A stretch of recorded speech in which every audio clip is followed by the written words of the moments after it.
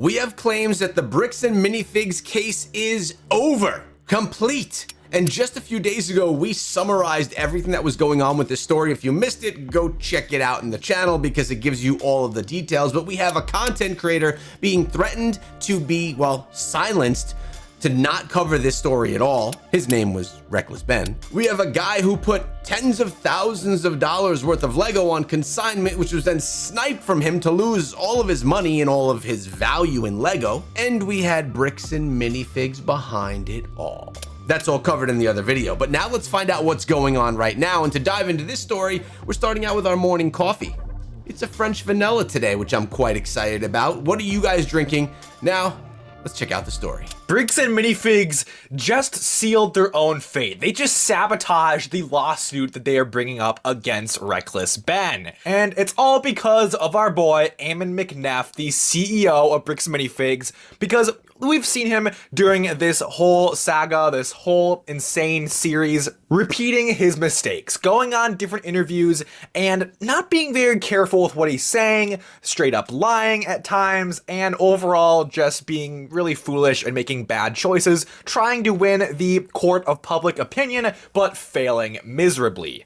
But this screw up, this mistake, is probably his worst one yet, because it's not just a lie that he is caught on and he will receive public backlash for. It is something that has real legal implications for him and very likely could cost him the lawsuit against Reckless Ben, or at least a big part of it. That's one thing I have to say. If you're about to be going on a bunch of podcasts and be questioned about this lawsuit, you really want to have your ducks in a row so that you make sure that you're saying the right and the same thing in all those interviews. Now let's find out exactly what he said. Could cost him the lawsuit against Reckless Ben, or at least a big part of it. So that being said, credits to Legal Bites. She does a really good video on this, and without her video of this, I would have no idea what was even going on here. So first of all, let's start, it doesn't start with Eamon here. This is kind of Reckless Ben, and whether he had this idea in mind or not at the time, in his original video, when he makes these allegations against Bricks and Minifigs, he doesn't only blame Bricks and Minifigs of stealing a $200,000 Lego collection from Brian Mansell. He also claims that the police are in on it. And while you might look at that and think, okay, and the police being in on it is a big part that we didn't even cover in the previous video because that came out prior to the information regarding the police. But we can say that the police did not handle this claim properly. Are you surprised?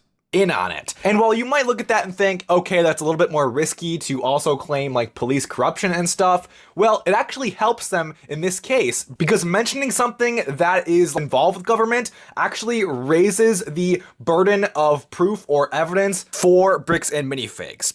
If Ben didn't mention the police at all in any of his videos, then Bricks and Minifigs wouldn't really have to prove as much to prove, the defamation is correct and really argue their case. The burden of proof would be much lower, and they would only have to prove that Ben was negligent in this. But because he mentioned the American Fork Police Department and Bricks and Minifigs brings them up in the lawsuit itself, now the burden of proof is much higher, and Bricks and Minifigs basically has to prove that there is real malice behind what Ben said. All right, so to give you a little bit more context, Reckless Ben went and tried to interview and get information both from people that were currently running the store and from people that were affiliated with any of the main characters from this story. So he was knocking on doors, filming in a state that really has some laws and regulations against doing so. He was arrested, held in prison, and essentially told from Bricks and Minifigs, you need to stop talking about this because if you don't, we're gonna rain all hell down on you. So basically they have to prove that when Ben was making these claims, that he knew there was a high likelihood of them being false, he had some maybe ulterior motives, and his motives for making these claims didn't have any good reasons, and the things he said were false. So this in and of itself makes the case a lot harder from Bricks and Minifigs, at least the defamation side of things, but it gets way crazier than that, and I'll talk about what Eamon did in just a little bit to sabotage his own lawsuit. But moving on, Utah also has a strong anti-SLAPP law. Now, if you didn't know, a SLAPP lawsuit is a strategic lawsuit against public participation. Basically, this means a SLAPP law is when a large company will take someone to court, have them spend tons of money that they really don't have to essentially push them off and basically make them not participate in the lawsuit and just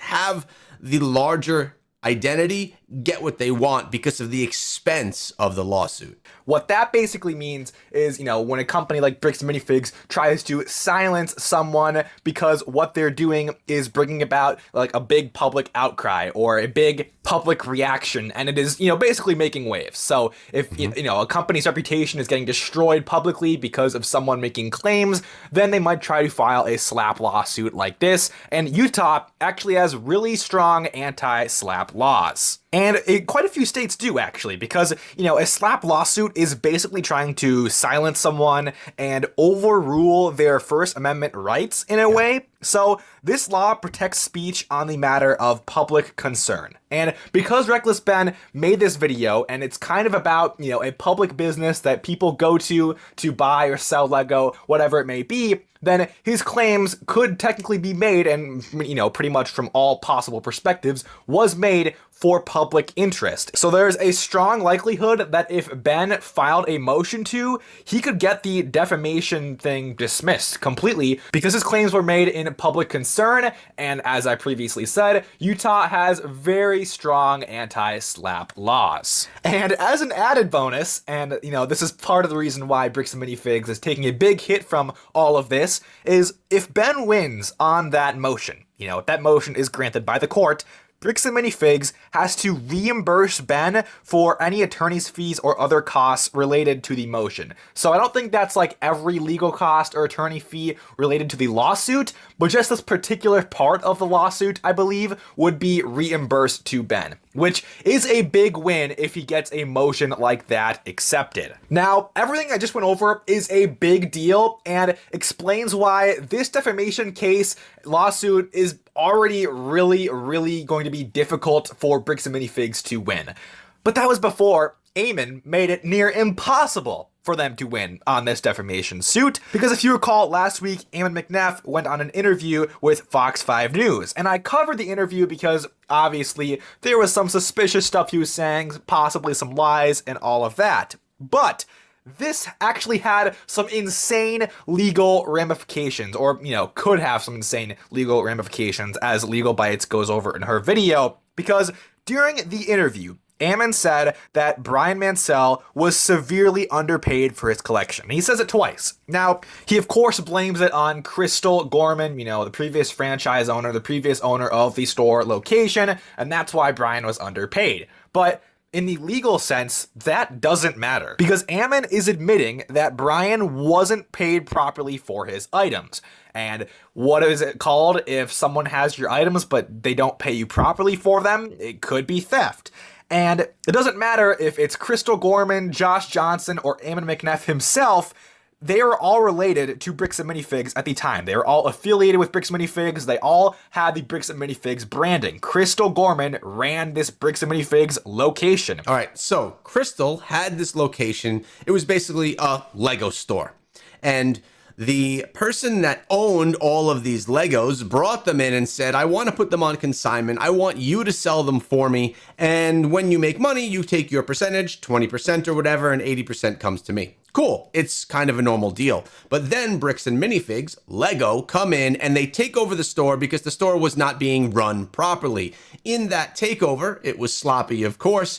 The Lego, tens of thousands of dollars worth of Star Wars Lego, was kind of lost, and he was never paid for his Lego. That's where this entire lawsuit originated. That's why Reckless Ben came in and tried to investigate in his YouTuber style, and that's how he got himself into trouble with the law and with Bricks and Minifigs. But as we're seeing right here, it seems that he's actually going to be getting himself out of trouble, which is nice.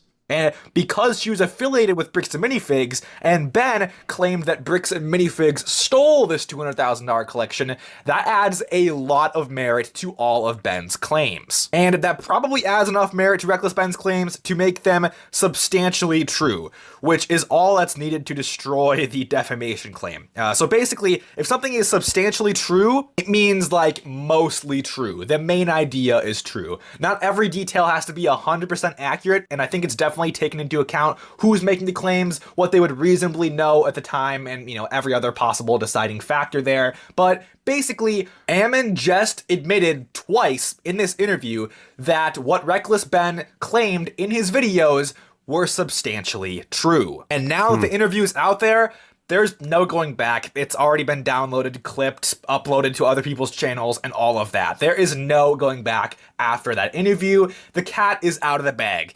So basically, if you're having a hard time, imagining how terrible this is for Ammon and all of Bricks and Minifigs, imagine you are suing someone for something and you say, you claim that they did something, and then on an interview, you basically admit, yeah, actually they didn't do that. That's basically what Ammon did here. He's basically arguing, in Ben's defense, agreeing with Ben in a way, at least from the legal side of things. He just added a ton of merit to all of Ben's claims and basically agreed with them himself. Which is going directly against what Bricks and Minifigs is trying to defend against, or actually trying to accuse Reckless Ben of, which is essentially just killing their case. Could definitely and probably will be brought up in the case, in court. And that is just insane that Ammon would make such a fatal mistake. And I thought Ammon was reckless, like Reckless Ben. I thought Ammon was reckless. I thought he was foolish. I thought, the stuff he was saying in interviews, it was only hurting his reputation even more, all the lies, everything like that. But little did I know that he was literally going to sabotage his own lawsuit by what he himself said on a Fox 5 News interview when he's trying to make the reputation of his company better. He's trying to save his company in the court of public opinion. And since he was so laser focused on trying to lie to the public, now he might have just, probably did just completely sabotage his own lawsuit. So you guys probably want to see a couple of these damning clips that came from the CEO of Bricks and Minifigs. Well, I have a few of them for you right here, straight from the Fox News video. Unfortunately, we had a franchisee go rogue and enter into a consignment agreement without our knowledge or authorization. And then it appears that may not have been honored with the person that she had entered into that consignment agreement with. And then through other circumstances, we ended up retaking over that store. And as we tried to figure that out, we started uncovering more documents, more information. And what we found was that there were 3 separate sets of records that were being kept that shows that Mr. Mansell was significantly underpaid by that former franchisee. The franchisee agreement was not honored. Does that mean you're saying Mr. Mansell was underpaid by the franchisee? From what we can tell, yes. The documentation that we've been able to pull out from a couple of different sources indicates that more sets were sold than were reported to him, and from that unauthorized consignment agreement, but that the overall payments to him did not match what had been sold through the store under the previous franchisee. So do you believe that this CEO completely ruined his case and Reckless Ben is out of hot water? Or do you think that it wasn't enough and Reckless Ben still has a lawsuit to deal with on his hands? Let me know in the comments section below, and for more on the story, go check out this video. I'll see you guys over there.